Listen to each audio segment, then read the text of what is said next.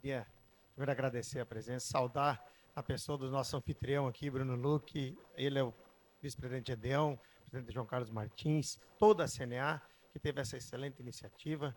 Saudar ao Everton, que aqui, né, me antecedeu e representa a nossa Embrapa, a presidente Silvia, né, que são os anfitriões da Agrizone, aqui na Casa da Embrapa.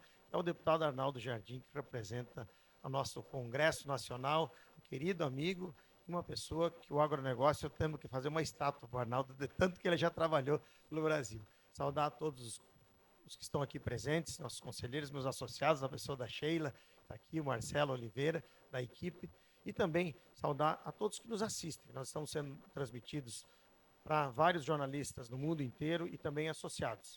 O presidente Irineu da Costa Rodrigues, do nosso conselho, há mais de um ano, Bruno, determinou, a BPA vai estar na COP30. Para nós é uma honra estar aqui junto com o Irineu, o Turra, com o nosso conselho, para mostrar um pouco da sustentabilidade das cadeias de aves, suínos e ovos. O Brasil é uma sustentabilidade em evolução. Nosso setor tem isso como um tema que é corriqueiro no dia a dia da nossa produção. Nós temos hoje tecnologia para poder alimentar 10 bilhões de pessoas. Nós estamos aí, a tecnologia está aqui, né, nós podemos alimentar o mundo, esse é o desafio que nós vamos ter. Mas, ao mesmo tempo, nós temos um paradoxo. Eu tenho como produzir, eu estou produzindo sucessivo, mas eu ainda tenho 673 milhões de pessoas com fome no mundo hoje. Eu tenho 1 bilhão, mais ou menos, de refeições que são jogadas fora por dia, que são desperdiçadas no mundo. Ou seja, a gente produz comida suficiente, tem tecnologia para fazer, mas tem gente com fome e, às vezes, a gente produz agredindo o meio ambiente. No Brasil, aqui na Agrizone, nós estamos mostrando que nós fazemos de maneira sustentável e que nós temos ainda a capacidade de aumentar e colaborar com isso para que a gente possa melhorar o perfil de produção, o perfil de sustentabilidade, mas, acima de tudo, a segurança alimentar. E o custo dessa não acessibilidade aos nossos produtos, a comida que a gente produz? É um custo muito caro, gente. É muita gente com fome no mundo. Hoje, por exemplo, são 2,6 bilhões de pessoas que ainda têm problemas de uma dieta básica. Não tem a dieta básica. 2,6 bilhões de pessoas no mundo. E essa dieta básica subiu a um custo, Everton, de 4,46 dólares por dia. E tem gente que você veja, por exemplo, na África, mais de 1 bilhão de pessoas não consegue ter isso, ter um acesso natural. E aí eu tenho mais um paradoxo. Parte da população, Bruno, que vem aqui, questiona os sistemas alimentares e tudo mais. Mas uma grande parte, quase metade dessa população, só quer ter acesso aos alimentos. Não estão questionando se eu estou fazendo free range, se eu estou fazendo de um jeito ou do outro. Se eu só quero ter direito a ter comida. E nós do Brasil estamos mostrando, nós aqui estamos mostrando, em toda essa zona, que em todos os setores nós conseguimos produzir comida de maneira que não agrida o meio ambiente e que consegue, ganhando eficiência, como a gente ganhou nos últimos anos, ajudar a quebrar esse paradoxo, a extinguir esse paradoxo. E o Brasil é uma da parte dessa solução. Nós, na BPA, temos hoje 150 associados, 95% da exportação de aves e 98% da exportação de suínos. Só que de aves nós temos 38,6% do market share global e de suínos 14% do market share global. Pega emprestado o boi da BIEC lá, que tem 25% do market share global. São números fantásticos. E a gente tem como fazer isso. O Brasil é um dos países que tem a maior capacidade de produção sem agressão ao meio ambiente. E do que a gente tem de pilares para isso? Primeiro deles, um povo vocacionado a produzir alimentos. No nosso caso, o sistema de integração, né, você sabe assim, ó, é pequenas famílias produzindo a comida que eles comem, que eles dão para os filhos deles e que mandam para o mundo inteiro. Nós também temos a eficiência. Se a gente olhar, a gente aumenta a produtividade e diminui o uso da terra. Nós temos conservacionismo no dia a dia. A Embrapa lançou o estudo aqui, 65% de áreas preservadas, 29% delas em propriedades privadas, sem incentivo, sem subsídio, com o dinheiro privado dos produtores conservando, porque eles aceitam uma lei que é das mais severas do mundo, né, deputado? O senhor que ajudou a fazer o nosso Código Florestal. Isso é um orgulho para nós. E outra coisa que o Everton colocou aqui, a saúde animal, a sanidade animal. Nós temos hoje, mais de 1 bilhão de aves vivas. Mais de 1 bilhão de aves vivas, quantos milhões de bovinos, de suínos? São 25 milhões de aves por dia, 3 milhões e meio de suínos por mês. E todos são para fazer o quê? Investir recursos essenciais, mas que se transformam em comida. Para fazer o quê? Resultar em sustentabilidade. Essa é a relevância da proteína animal. Porque é importante nós falarmos, gente. A proteína animal, ela é o padrão ouro de nutrição. Nós temos os 9 aminoácidos essenciais contidos na proteína animal. Nós temos uma maior biodisponibilidade, fácil de comer, as pessoas conseguem ter a ingesta dos melhores micronutrientes através de proteína animal. Quando nós olhamos, temos a vitamina ferro M, temos do complexo K, da vitamina B12, zinco, colina, que ajuda o quê? O desenvolvimento das crianças, que ajuda a imunidade das pessoas e o envelhecimento sadio. Está lá nas proteínas, para a gente ter o quê? Uma eficiência nutricional. Vejam esse quadro aqui, quando a gente olha e fala em eficiência. Para você obter 50 gramas de proteína, você precisa ter, baseada naquela dieta recomendada de 0,75 gramas de proteína por quilo. Eu tenho que ficar no mesmo lugar aqui, desculpe, está filmando. 0,75 gramas de proteína por quilo corporal. No frango, você precisa 179 gramas de frango. No suíno, 172. Mas se for se alimentar de soja, precisa meio quilo. De milho, precisa meio quilo. Só que a conversão do frango é 1,6. Então, mesmo que fosse comer só soja, eu estou perdendo mais recursos do que comer o frango, que usa a soja para se transformar em alimento. Isso é eficiência que a proteína traz em si própria. Leva água onde não tem água, leva grãos onde não tem grãos e leva os micronutrientes essenciais. É isso que é sustentabilidade, cuidando das pessoas. E esse acesso é o grande desafio que a gente tem.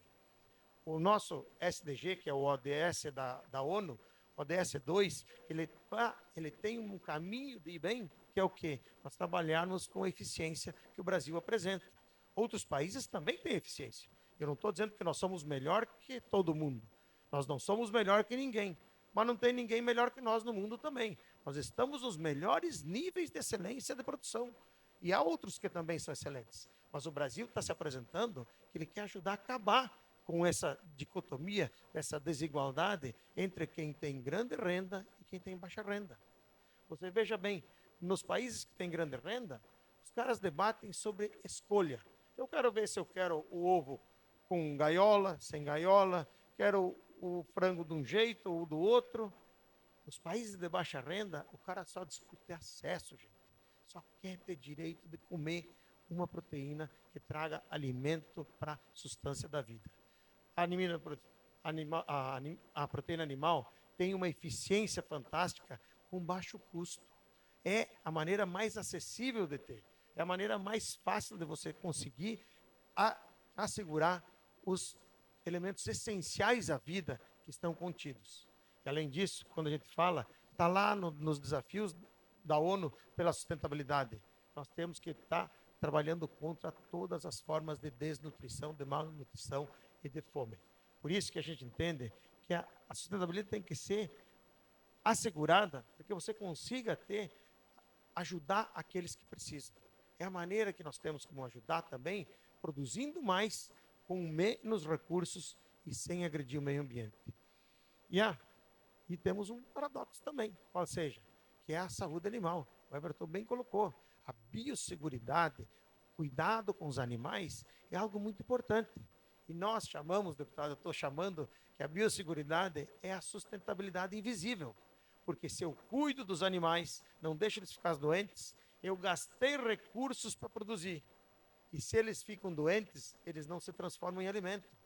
Mas se eles ficam sãos, eu gastei recursos cuidadosamente, sem agredir o meio ambiente, e transformei em comida para garantir a vida das pessoas. É com isso que a gente quer trabalhar. Cooperação entre o Ministério da Agricultura, os produtores, as indústrias, asseguram um processo que vai levar o Brasil, como, por exemplo, um dos pilares da nossa sustentabilidade. O Brasil hoje é livre de influenza aviária de alta patogenicidade em aves comerciais, livre de peste suína africana, livre de PIRS, como falou antes. Então, nós temos capacidade de cuidar dos animais para que eles se transformem em comida. E aqui um exemplo. Em 2008, há 20 anos atrás quase, o DEFRA, que é o Departamento do Reino Unido, realizou uma pesquisa e foi comparar a pegada de carbono da indústria de frango brasileira com a indústria de frango inglesa. Olha aqui a nossa pegada de carbono, 1,20. A inglesa, 2,20. Foi feito pelo DEFRA, lá os europeus, não fomos nós que fizemos. E isso nos fez colocar o quê? Um dos mais baixos produtores de carbono do mundo, da pegada de carbono. Pode ter gente igual? Pode. Mas nós estamos entre os melhores. Mas isso é de 2008. Aí a BPA resolveu atualizar. E nós atualizamos esse estudo. Claro que agora nós temos o modelo de mudança de uso da terra, o LUC, Land Use Change. Mas, lá em 2008, quando estavam se discutindo os critérios do modelo de mudança de uso da terra, deu 2,4. Agora, deu 1,2 no Brasil. Aí a gente atualizou, está aqui. Quanto deu para nós hoje? 1,288.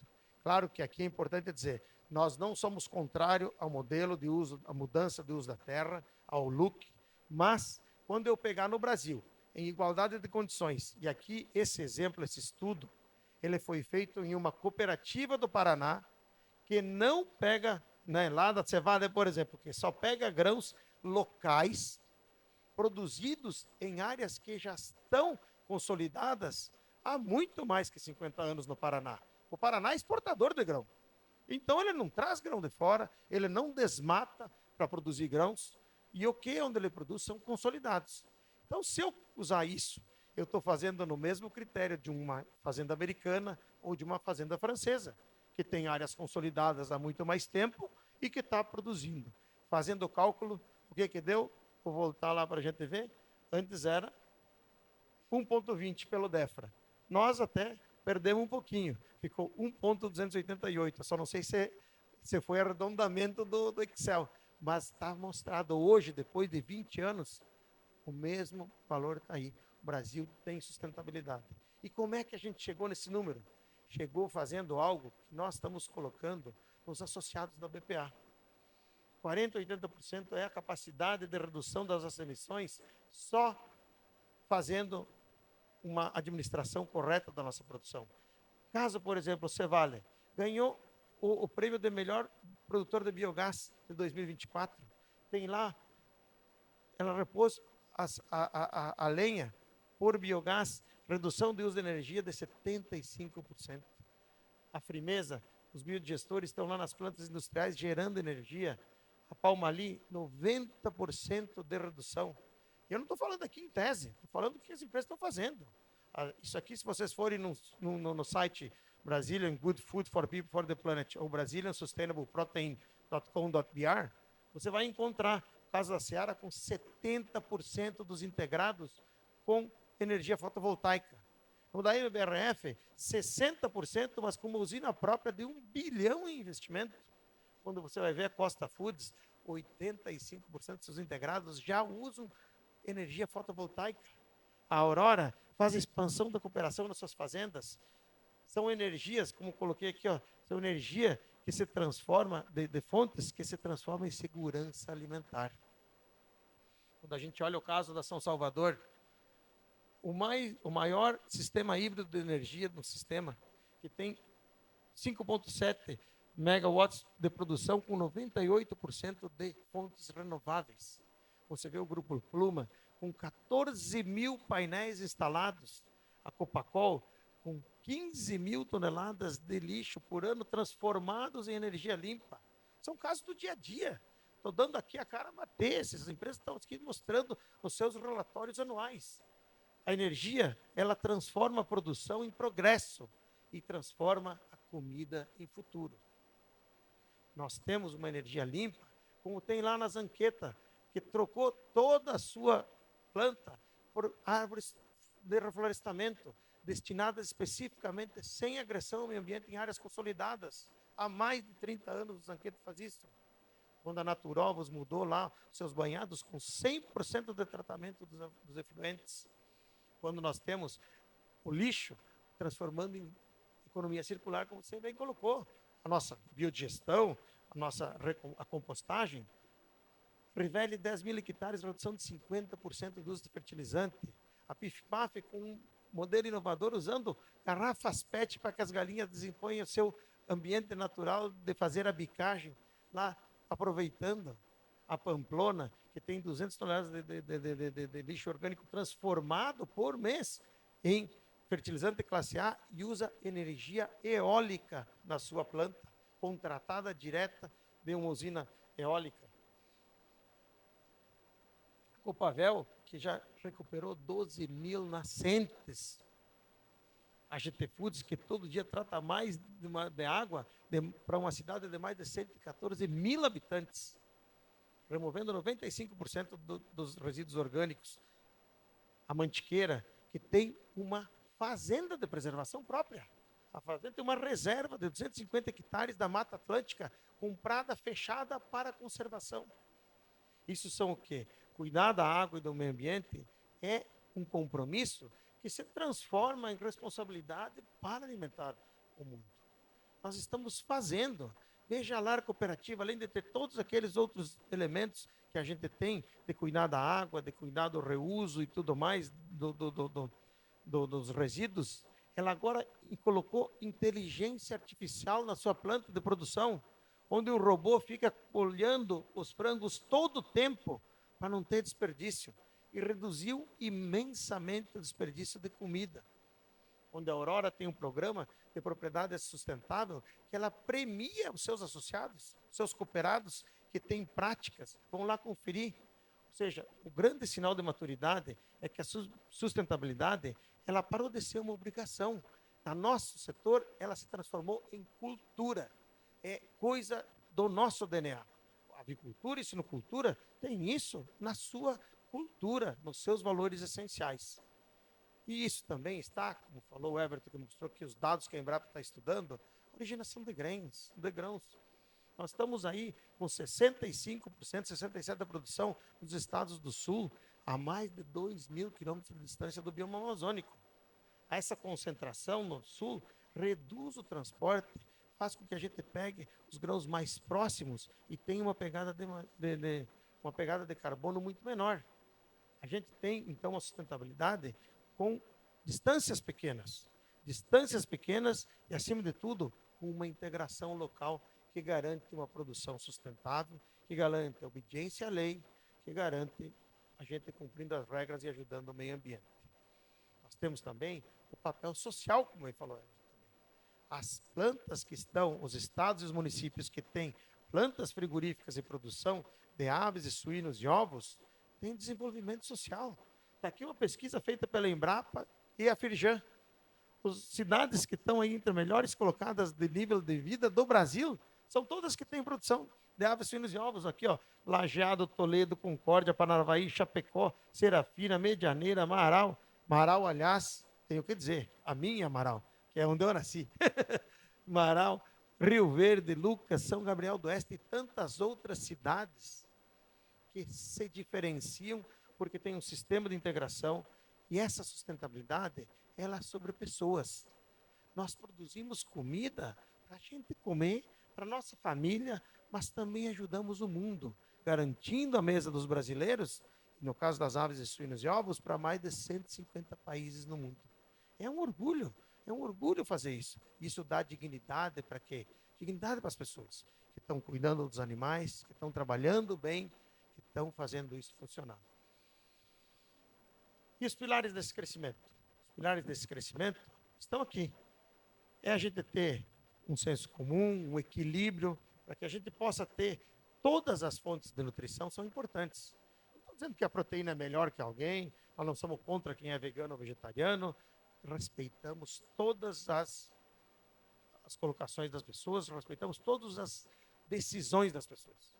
Mas estamos dizendo ao mundo que as nossas proteínas são sustentáveis, que são produzidas cuidando do meio ambiente e que elas têm sim a capacidade de chegar junto com os mais necessitados, levando nutrientes essenciais que vão alimentar o mundo e levar saúde para criança, para velho, para todo mundo, ajudando isso.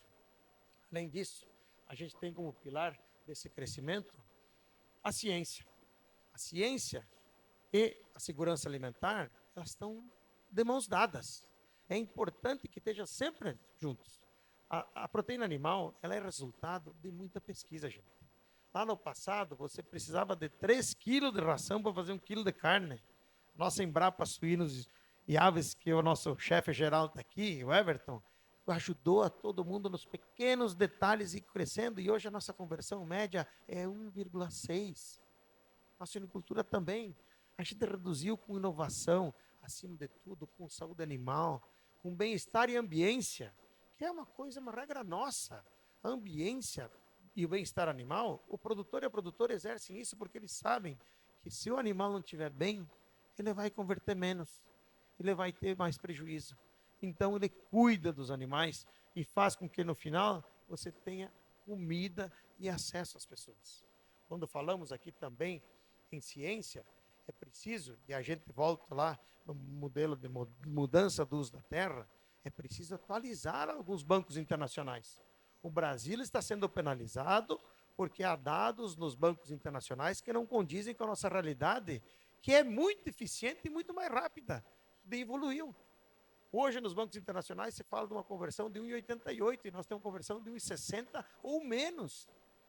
E aí agrega a nós, sem calcular que temos 2 safras, quase 3 safras por ano, que tem lá modelos de uso que levam, achando que no Paraná a gente busca grãos a 1.000 quilômetros de distância na média. Mas o Paraná vende grãos. Ele pega, quando muito a cevada, busca 100 quilômetros do seu produtor cooperado. Em áreas já consolidadas, é preciso reformular isso. Nós entendemos que o modelo de uso da terra, a mudança da terra é necessário, sim, mas precisamos evoluir nessas bases de dados para que o Brasil também possa não ser penalizado por equívocos de metodologia. Nós não queremos nada de benefício de ninguém, só queremos condições de igualdade para mostrar o que a gente faz de maneira honesta, correta e dedicada, que é produzir comida, garantir segurança alimentar sem prejudicar o meio ambiente. E é por isso que eu tenho um ditado, deputado. Eu ando nesse mundo afora nos últimos 15 anos, andava junto com o Turra, né, seu amigo, deputado, ministro, nosso presidente do conselho. Não pode haver fronteiras para os alimentos. There should be no borders for food. As pessoas precisam ter acesso e o comércio global, ele precisa ser mantido para que essas pessoas tenham acesso a isso. Agora, na influenza aviária, quando o Brasil não teve um caso só, controlado muito rapidamente, teve países que fecharam, e a comida deles, que os pobres comiam lá, não vou dizer o nome do país, mas subiu, o preço era 13, foi para 15, 17, 21, 25, 32, 39. E eu pergunto para vocês, por quê? Porque fecharam para o Brasil não vender, dizendo que poderia transmitir, e eles tinham influenza lá. Foi só comercial. Mas aí pensa uma família carente, que dava para o seu filho a comida, aquele produto. E que ela, no mês seguinte, não mudou nada da vida dela, a não ser que ela não tinha mais acesso ao produto brasileiro. E ela teve que dar metade no primeiro mês para o seu filho de comida, diminuir pela metade, e no segundo mês diminuiu 2/3. Deu só 1/3 do que ele podia comer, porque faltou, porque lá aquele país, tendo doença, fechou para o Brasil injustificadamente. É isso que nós queremos entender. Não pode haver fronteira para os alimentos, para que a gente consiga pegar. Indo para a parte final, a minha apresentação e do que a gente colocou, é o meu recado que nós queremos dar. A sustentabilidade, ela é uma jornada que vai do campo à mesa. Não é só do campo. Não dá para dizer que só nós do agronegócio temos a responsabilidade de cuidar de tudo. Nós temos que cuidar que não haja desperdício na mesa. Cada vez que eu pego um carro, que eu tenho que diminuir o uso de combustível fóssil no nosso dia a dia, nós temos que saber essas coisas. Quando eu vou optar por um produto químico ou pego um produto natural como algodão, quando eu vou ver uma comida, quando eu vou fazer as coisas, todas as nossas ações, elas têm a ver com sustentabilidade. E quando essa jornada se perfaz com qualidade, com equilíbrio da mesa, do campo até a mesa, sobra mais para aqueles que não têm acesso. E tem muita gente, volto a repetir, só quer ter acesso a um pedaço de carne, de comida, para poder ter proteína. E a contribuição do Brasil para isso, para um futuro melhor, é exatamente fazendo isso. Aquilo que eu mostrei para vocês em casos concretos. Não estamos falando em tese. Estou falando que as empresas estão fazendo.